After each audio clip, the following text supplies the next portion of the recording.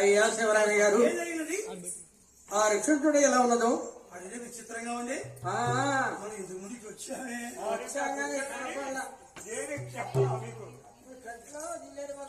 ఆ యొక్క యాపమాలకు మర్యాకులకి మామిడి పడవ మల్లె పుష్పాలు విచిత్రంగా ఉంది. రామయ్య ఈ వర్షం సమాహం అయిపోతుందా?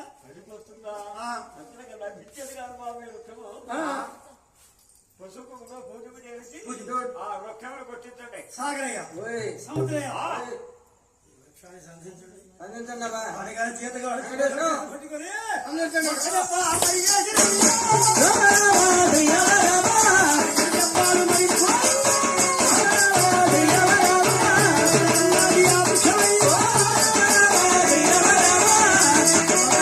దెబ్బలు ఎప్పుడు కొట్టారు?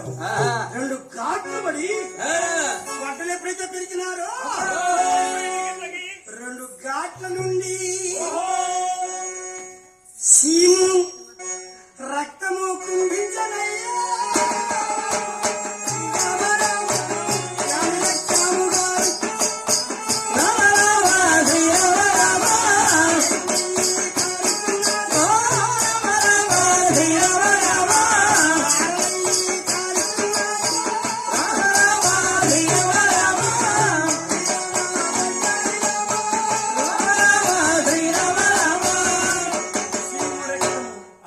దుర్గంధమైనటువంటి వాసన జీతగాడ భయభీతులు చెందారు, పరిగెత్తుకుని వస్తున్నారు.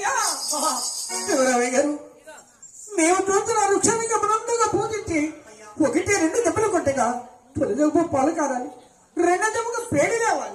ఆ వృక్షం అలా జరగలేదండి. ఏం జరిగినది? తొలి దెబ్బ కొట్టగా రక్తం, 2వ దెబ్బ కొట్టగా శ్రీము, ఆ వృక్షము నుండి శ్రీము రక్తం చెందించరా. ఎవరైనా మనుషున్నాడు, ఎవరైనా తపస్సు యోగి రైతుని ఉన్నాడు. సీమరక్తం కాలుతున్నాడు. భవిష్యత్తు వర్తమాన ఆ బ్రాహ్మణుడు విన్నవించమంటున్నారు. శాస్త్రి గారు, పంచాంగం లక్ష్మీ ద్రవతమ్మ నామధేయమును బట్టి చూశాను. ఆహా, అయ్యా నీ బిడ్డకి 16 సంవత్సరం రాగా ఈ సీమ రక్తముతో కుష్టి వ్యాధి సంభవిస్తున్నా. అయ్యో, ఒక్క బిడ్డ తిరగతమ్మ కుష్టి వ్యాధి. తండ్రి మృతికమయ్యా, మేము మృతికమయ్యా.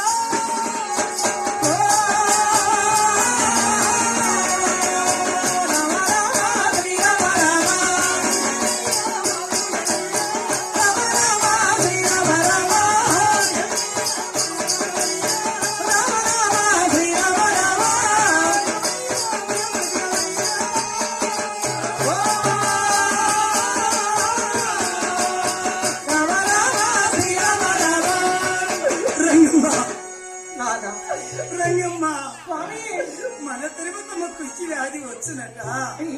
భవిష్యత్తు వర్తమాన కాదు బ్రాహ్మణులు చెప్పుతున్నారే, మనమేమి చేయదు.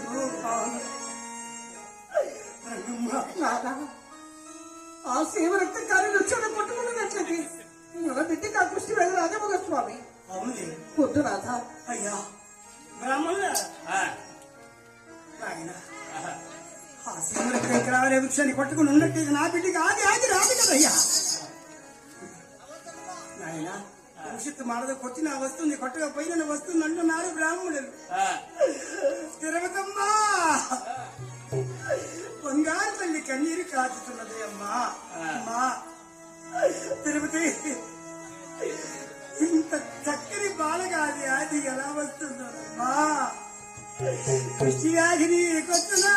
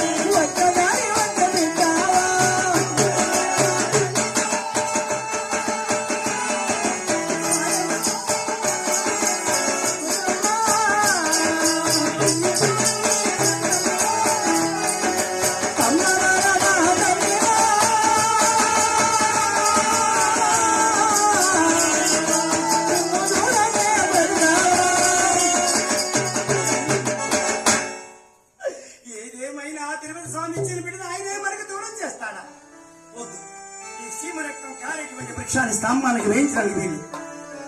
మళ్ళా ముక్కు పడిపెట్టు. శ్రీనివాస, నీవే ఇచ్చావు ఈ బిడ్డని, నీవే కాపాడుతుంది. నా బిడ్డ తిరుపతిమగా ఆ వ్యాధి రానట్లయితే ఈ తిరుపతిలో నీ ఎదుటిగా నా బిడ్డ పెళ్లి చేస్తున్నాడు.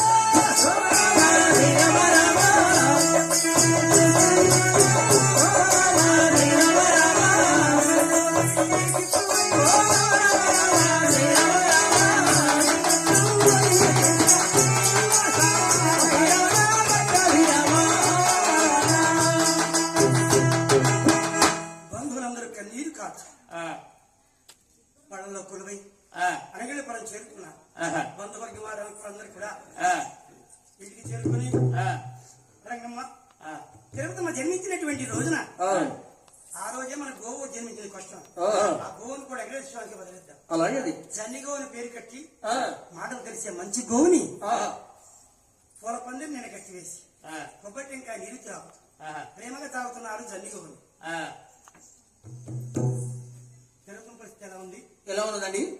7 మేడల్లో బంగారపు వీళ్ళు ఊరుచున్నది లక్ష్మీ తిరుపతమ్మ. లేత మామిడి చిగురు దెబ్బలు ఎందుకంటే కాలికి పట్టుకుంటాం మేము. అంత ప్రేమగా సాగుతున్నాం. బుజ్జిన కనిపిస్తాం. ఒక్క బిడ్డ. ఈ గ్రామానికి దగ్గరలో గ్రామం తమ్ముడు. ఏ గ్రామం ఉండేది? పేరుగాంచిన పిల్లిగంచి బ్రోలో రామ రామ రామ రామ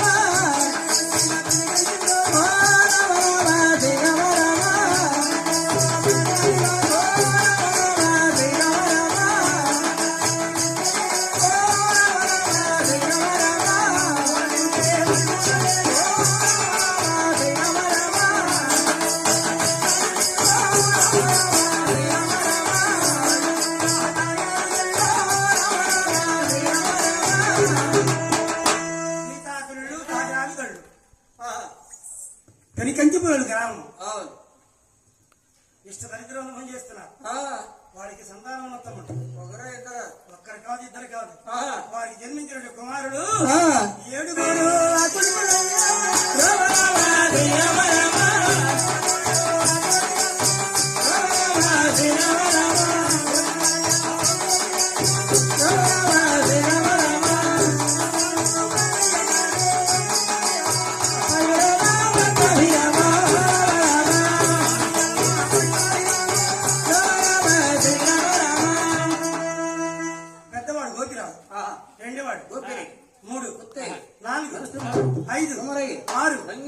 చిన్నవాడు మల్లయ్య.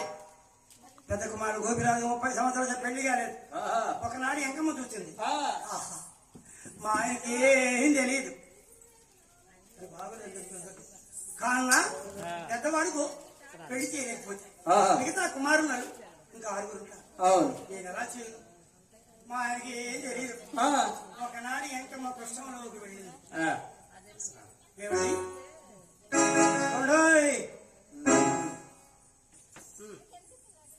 ఏమిటి ఏం చేస్తున్నారు? ఏమిటి? నీకేమన్నా మైండ్ ఉందా? ఎందుకో 7 అన్నావు బిడ్డలు. చేసిన బాధ్యత ఎవరిది? పెద్దోడికి కళ్యాణం చేయలేకపోతే మిగతా కుమారు పరిస్థితి ఏమిటి? ఏముంది? పెళ్లి సంబంధానికి వెళ్ళొస్తాను, పెళ్లి చేస్తాను, అయిపోతుంది. ఎవరు వెళ్ళానే అన్నా?